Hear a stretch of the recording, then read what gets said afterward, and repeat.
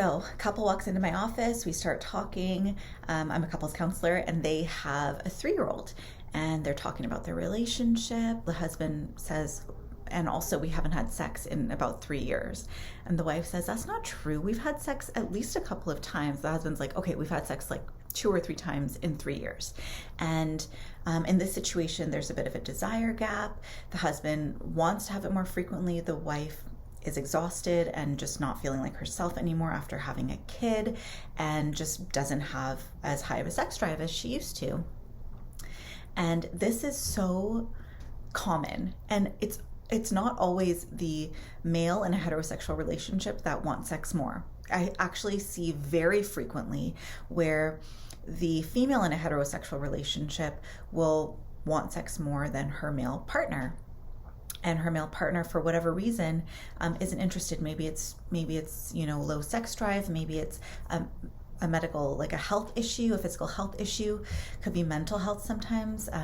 I've seen some couples where one partner is taking antidepressants, SSRIs, and they inhibit sex drive. So there's a lot of different reasons why couples aren't having sex, but I think the most important thing to note here is that a lot of couples are in sexless marriages. And these are not all even like middle-aged or older couples. Like, there are a lot of young couples in sexless marriages. So what's going on here, and what can we do to start the process back up? So I think the first thing to really recognize is that we tend to have a very narrow view of what sex is, So in our sort of heteronormative culture, penis and vagina, like, penetrative sex is sex, and that's what people consider when they say, oh, we've had sex or we haven't had sex. And I would like to invite you to expand your definition of sex to just be body pleasure. So anytime you and your partner are engaged in giving and receiving pleasure, that is an act of sex, okay? So with that expanded definition, what that allows us to do is to not get caught in that trap of like, oh, well, if, there's erectile dysfunction, or if a premature ejaculation or something like that, or if someone doesn't not want to be penetrated, like, that's okay. That doesn't mean you're not having sex. You can still have sex without the penetration. So it allows us to just be more creative with how we're being intimate with each other. It allows us to sort of like put aside all of our preconceived notions and just be with each other without all the pressure. So what it really does is it releases the pressure. It reduces the pressure. When we expand our definition of sex, that means we don't need to have the orgasmic intercourse, main event. We can still enjoy each other physically and consider that we've had sex. Even if it doesn't end in an orgasm, or if it doesn't include penetration, you can still say you've had sex when you've been physically intimate with each other, which means touching, kissing, caressing. It could end in orgasm. It doesn't have to, though. So once we can expand our definition of sex, and once we can say, let's just focus on being physically present with each other, we have a lot more options, and we can stop feeling so bad about ourselves if we're in a sexless marriage. So let's talk about what some of these options are. I'm going to give you a game. It's called the touching game. And so this is great for couples who have had very little physical contact for several months or several years, where it's gotten to the point where it feels actually awkward to be with each other physically, right? So sex is not even on your minds right now. It's really just, how do we get closer? Because we feel like roommates. We don't want to be in this relationship that, doesn't feel romantic in any way. I don't want to just be married to a friend. I don't want to feel like I'm never going to get touched again, right? That's a big fear for people. And by the way, in a sexless marriage, a lot happens under the surface for both partners. There can be a huge loss of confidence, loss of actually feeling like a person, because the one person that you're kind of allowed to have sex with is basically, from your perspective, saying, I don't want to have sex with you, whether that's because of a mental health issue or a physical health issue or a difference in desire or just low sex drive. When you put yourself out there to someone, or even just hope that they will approach you and they don't do it, and it's the kind of the one person you feel like you're allowed to have sex with, that can really be a huge hit to your self-esteem, your self-confidence, and feeling like a whole person, because there's a part of yourself that you kind of have to shut off, because if you don't shut it off, it's so uncomfortable to have that active, to want something but not be able to receive it. So we tend to shut parts of ourselves off, shave parts of ourselves down, and feel less like a whole functioning human and more just like a role. Like we might feel like a dad or a mom, or we might feel like a roommate or a friend. We don't tend to continue feeling like a woman or a man or a non-binary person or whatever, however you define yourself. You don't tend to feel like a whole person, because that part of yourself that you've had to shut off is still there and you're just sort of ignoring it. So restarting your sex life, especially considering that our expanded definition of sex, which is just body pleasure and being intimate with each other, restarting that part of your life can have huge effects on how you feel about yourself, how you feel about your partner, and even just how satisfying a relationship you have, how healthy your relationship feels. You know, sex allows us to release some steam. It allows us to reconnect with our partner. There are some people that connect through sex. And so when they are not getting sex, their partners have reported to me that they are moody, grumpy, withdrawn. They don't want to do as much with the family. They are essentially isolating themselves because they're so disconnected, because they haven't been able to engage in sex or even just intimacy, even just physical touching. And there are other people who really need to feel connected in order to have sex.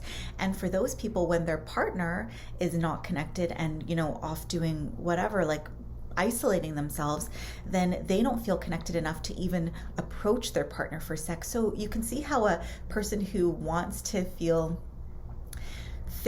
who needs to feel physically connected in order to feel connected at all, and a person who needs to have emotional connection in order to physically connect, if those two people are together and the sex stops between them, you can see how disconnected both would feel, right? Because one person needs sex in order to feel connected, the other person needs emotional connection in order to have sex, and so they keep missing each other, and eventually they feel like they're not even in a real relationship anymore. So restarting your sex life has so many benefits, and it's hard to do because it can feel really awkward to talk about sex, because many of us did not grow up talking about sex. It's kind of like something that you do but you don't speak about. So one of the things that's going to be really important is starting to talk about sex. And what I would say to a couple that has not had sex in several years or in several months, and who wants to restart that part of their lives but they feel a bit awkward, is this is going to be hard, it's going to be difficult, but it's to be vulnerable with your partner by telling them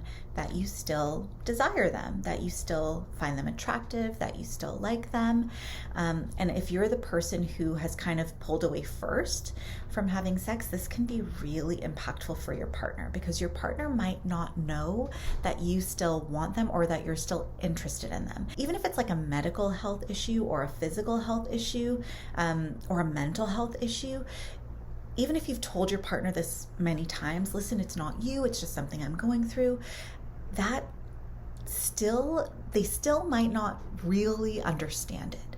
Because if they want you but you're not able to have sex with them, it can still feel like a pretty big rejection. So you just saying like, listen, I actually really still am attracted to you.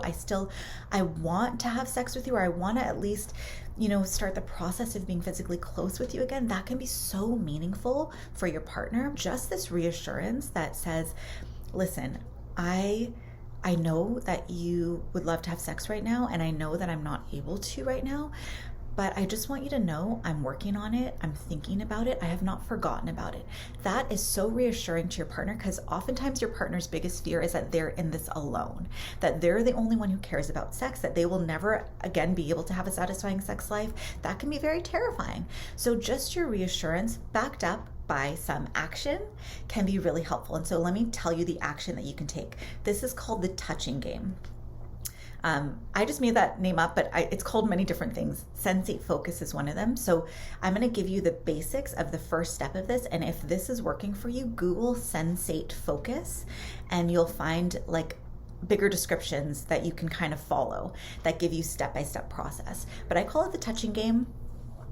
All it is it's a way to just get comfortable touching each other again. It's a way to get comfortable in the bedroom. It's a way to get comfortable being physically close again. And it has nothing to do with sex, really. Doesn't have to do with intercourse, really. Doesn't have to do with orgasm, not yet, right? All it has to do with is just touching each other, getting comfortable with each other, being in that space where you're both saying, hey, I want to be close. So what you do is you set a timer. So we're going to have 2 5-minute timers. Okay, so in the first 5 minutes, one partner is going to be the toucher, the other one's going to be the touchy.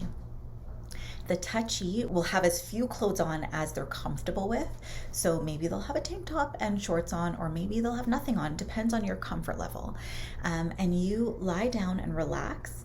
And your partner, the toucher, is just going to gently, rub your hands first because they can be really cold, gently touch your body, graze your body. They can use their fingertips or their full hands. They can switch back and forth. And your whole job is just to enjoy the experience, give some verbal cues that you're enjoying it. So maybe a moan or like a, oh, that's nice, or that feels good, or oh, that tickles, or something like that. You can feel free to give those verbal cues, or if you're more comfortable at first, just, be quiet and soak it in. And the most important thing to keep in mind is that we want to keep this as positive as possible. So if your partner is going somewhere on your body that you're not comfortable with, you just gently move their hand away, and you don't give any kind of negative cues. So any cue you're going to give is going to be a positive one. So the whole point of this is just to get comfortable with each other. And then after 5 minutes, and really keep it to that 5 minutes, because you want it to be kind of time bound. It helps you to feel more comfortable and confident, especially when you're first getting started. Keep it to the 5 minutes. After 5 minutes, switch roles, and then the toucher becomes the touchy and vice versa, and just enjoy yourselves. Like, really, it's going to be kind of awkward at first. You're going to giggle a lot maybe, or you might feel really like uncomfortable and like clenched up and stressed out. Breathe through it. If there's something happening that you're really like, if you really cannot stand being touched, then even if, like, let's say your whole body is super sensitive, you can't stand being touched, but you don't mind if your partner touches you on the arm, start there. It's really okay. He or she can spend the whole 5 minutes just touching your arm. That's fine, right? You just want to create a system in your relationship where you have the opportunity to practice this skill, because being intimate with each other beyond the first couple of years where it's really easy, it's a skill, and it takes dedicated, focused time. We have to actually put this time in to create satisfying relationships, and we have to create systems that allow us to do this. So the system is, for 10 minutes as often as possible, whether it's 3 times a week or 7 times a week, doesn't matter. For 10 minutes as often as possible, you are going to put your sole intentional focus on just being with each other physically. And I want you to send this video to your partners so they know what you're doing when you bring up the touching game, so they know what you're talking about. And really just make this a part of your life. It's 10 minutes a day, but I'm telling you, it will have huge benefits later on. So if as this is working, you're going to want to kind of increase the intimacy level as you go. So the very first time, maybe you want to steer clear of genitals and breasts. That's fine, steer clear of that. Maybe after a week or two, you decide you're comfortable with your partner touching your genitals or your breasts, and so you can let them know, hey, today we can do that. The goal is not arousal. The goal is not orgasm. The goal is not penetration. The goal is not sex at all. The goal is just getting comfortable with each other. And then as you go along, so you can start then eventually touching the breasts and genitals. Eventually you can add some kind of like lubricant or oil. Bring the mindset of, I'm just going to be curious and I'm going to be playful. I want this to be a fun experience. It's all about positive reinforcement. And as you go through it, you might notice things are coming up for you. And if a lot is coming up for you, if you're having like a lot of anxiety around being touched, if you're having a lot of anxiety around sex in general, even as we've expanded the definition of sex, then go see a sex therapist, go see a counselor who can help you to unpack some of that, because we've all been given some very specific and often very negative messages about self-pleasure, about sex in general, about body pleasure. You know, these things are all at play. The stories that you heard growing up, the way that your parents or family members responded to masturbation, responded to, you know, catching you in your high school romance, kissing, whatever it is, the way that that was responded to can have a huge impact on how safe you feel when it comes to sex. So bring your playful, curious mindset to this game. Really start to just like focus on being physically affectionate, physically intimate in a very positive way. Start telling your partner that you still want them, that you're still attracted to them. Allow yourself to just like slowly, small step by small step, open up and warm up to your partner.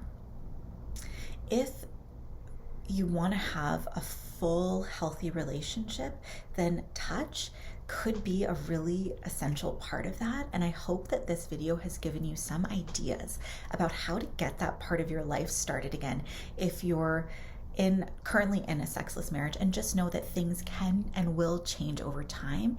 And if you're taking these steps, then this part of your life could change for the better.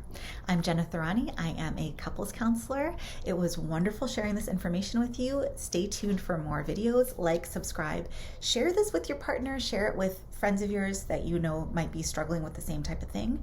And I'll see you next time.